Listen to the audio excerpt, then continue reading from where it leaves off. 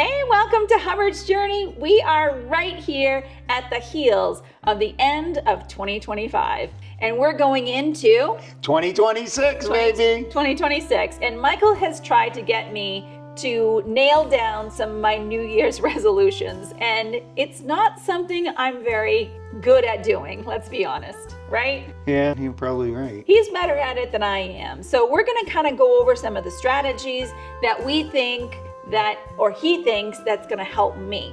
But I have something that I want to tell all of you about what's going to happen in 2026. Something really exciting that is kind of, I don't know if it's a goal for us, but it was definitely something that we just did last minute. So stick around because we're going to give that to you towards the end. All right. I thought we were going to keep that as a secret. A secret? A secret. Well, maybe we'll tell you a little hint then. All right, let's get into actual goals. Michael's gonna give you some strategies that, or at least are supposed to help me. They have worked for me, and I want them to work for Andrea. So number one thing, I've been doing it for years, 25, 30 years. I always write down what I want to achieve in the new year coming up. So I have it all documented, and it could be a one bullet item, like I want to be more financially stable. Okay, so then I write down 4 or 5 different things, a plan, if you will, on how I'm going to get there in the next 12 months. That's one example. That's a good example. And then how do you use that? Do you check in with yourself or? I'll look, it's a good question. I'll look at my goals and objectives quarterly, but they're always on my mind. Sometimes I do affirmations in the morning where I'll say, okay, this is what I need to achieve today because it was part of my goal. I'll do that. I become very focused, goal-oriented, and I pretty much got that from my time in the corporate world. Those are some tools that I was very happy to accumulate while I was in that corporate world. And I don't think I got those skill set. I am really a fly by the seat of my pants kind of a person, and I tend to keep a lot of things in my head, which is, I know, not really a great thing to do. I think it's worked for me. Michael might think differently, but he's asked me to start writing things down. It's not in my nature to write things down. So I think maybe that's one of my New Year's resolutions, is to be a little bit more upfront with my goals and even just a daily to-do list even. I think he's been asking about that for a couple of years now too, and I haven't quite grasped that, so I think that's something I'm gonna try and work towards. Well, since you opened that can of worms, I think I want to get off of the goals and objectives just for a quick second, because for 10 years, I've been telling Andrea, write down what you want to accomplish for today. Write down 5 things, 10 things that you know you want to accomplish and you can accomplish. And then when you do, in that particular day, cross it off the list. Oh my God. For me, it is so rewarding to have a list and cross stuff off it. Yep, I did that. Yep, I did that. And then once my list is done, I start working on my next day's list. I love it. It's so rewarding. 10 years I've been trying to get you to do that. Yeah, it hasn't really helped. I know it. She doesn't do it. And how many times? But she doesn't listen well. You know how many times I've said, write it down. Write it down. Oh, I forgot that. Oh, I forgot. How many times? He went so far as to getting a magnetic whiteboard that rolls up and we travel with it. And we put it on the wall. I'm trying. I'm not very good at it. It's always his handwriting. Yeah, but I appreciate you at least acknowledging it and seeing that maybe there's some potential there. So let's go back to goals and objectives. Okay. Now, that's how I would approach it. I write down my goals for the year. Now, annual goals are usually they're bigger goals. There's more aspiration there. So say I had a financial goal, I would say, okay, how do I achieve this? I would go out and try to improve my savings. I would go out and look at all the different banks out there and see which bank has the highest yielding savings account or checking account. And the reason why I would focus on that is because the money is completely liquid as opposed to going to a CD. And there are banks out there, they may be internet banks, but they're well known and they're FDIC insured. And you can get 4%, 3%, 3.5%, 3.8%. You can get 3.8% on your Apple card. You can open up an Apple card and you get a Goldman Sachs savings account at 3.8% and it's 100% liquid.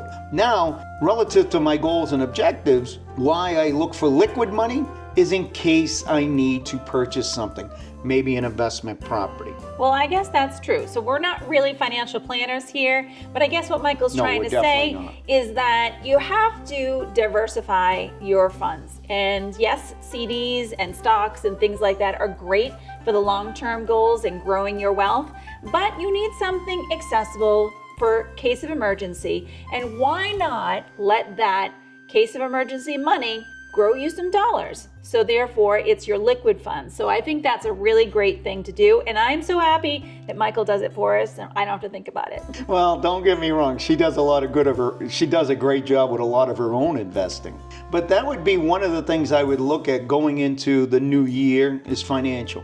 The next thing is health. Now, there was, believe it or not, at one time, I was 250 pounds, solid muscle at one time. And ever since I met Andrea, I've gone downhill. Oh, that's a dig and a half right there. Jeez. Oh, that's not my fault. I don't put the alcohol and the food in your fork. It's not the truth. The truth is that I just got lazy over time. So, and I lost my goals and ambitions and incentives to continue that lifestyle. Now I have a different lifestyle, but I need to incorporate health in this lifestyle I have in 2026. So I agree. I mean, I've had some health issues that have been out of my control. It is not something that I wished upon myself. It just happened. And it's tough, right? It's tough to handle things health-wise that come upon you. And the best way to do that is to have a more healthy daily lifestyle so that your body can handle things that are thrown at it. I would agree with that. So I would think getting healthy in 2026 is a big goal for me. I think that shedding a few pounds would be ideal, but it's really about feeling better and staying active at whatever weight you might happen to be at, you know? Get those endorphins going. Yeah. By getting up and getting moving. So that's definitely one of my goals for 2026. Do that on a cruise ship. That's very easy. And that's another thing that's so exciting is our 2026, and I'm jumping ahead here a little bit, our 2026 is packed with more cruises. And so we're so excited that you're going to get to come along with us. So thank you for always supporting us, coming along on our journey. Please continue to subscribe if you haven't already. Give us the likes and the thumbs up because it really helps our channel tremendously. So we're going to continue to cruise. Absolutely, we are. And maybe we'll even take you on some more walks and into those gyms. I think that's a great idea in 2026. So we should make that one of our goals. All right, let's do it. Did you want to add any New Year's resolutions? The only thing I was going to say is reevaluating. So we're always doing that. And I'm going to take it to the business side of things and here with Hubbardsjourney. So we are always trying to improve on our workflow, improve on our content that we're creating, improve on our upload status. We're not very good at that. I would say that's probably an area that we need to definitely get better at. We need to upload more consistently, and that means editing more efficiently, learning more things. We're always trying to learn. So we want to say thank you again for bearing with us during all of that. And we know that our cruising is where our niche is, right? So do you want to tell them? So 2 years ago, this week, this day, we were packing for a world journey, and we actually hit all 7 continents. In that year. Mm-hmm. And it started in Brooklyn, New York. That's right, on January 3rd. And we're doing it again. Yes. So we're not going to do the whole journey all over again, but we're definitely going to do the Queen Mary 2 going across the North Atlantic during the most dangerous time of the year, the middle of January. And we did a great video on that, 8 days of potential terror. That's right. So sailing across the North Atlantic is the most dangerous time of the year, and it could be terrifying for many cruisers. So we're going to show you in our 2-year anniversary of the Queen Mary 2 coming up. So I'm just going to wrap this up for 2026. Write down your goals, put a plan to achieve the goals, review them quarterly, and reevaluate at the end of the year. That sounds great. We want to thank you. We are so grateful for 2025. To all of our subscribers, our viewers, our thumbs up, and our comments. It really helps our channel, and we're greatly appreciative. And going into 2026, we got a lot of cruising, and we want to take you along with us. We definitely want you to come along with us. So please like, please subscribe, and hit that notification bell so you don't miss any videos. All right, happy 2026! And this is where I say, ciao for now. We'll see you soon. Thanks for watching, but there's more to explore. And don't forget to hit that subscribe button so you never miss any adventures. Click on one of these videos to keep the journey going. And this is where I say, ciao for now. We'll see you soon.